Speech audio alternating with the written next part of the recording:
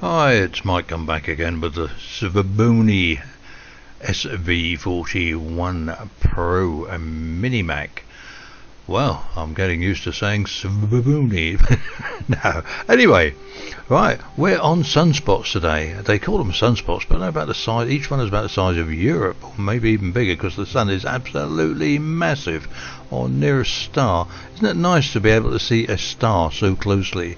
But sunspots you can find, and I'll leave you to it with another mini review on the Mini Mac. Catch you later. Bye for now.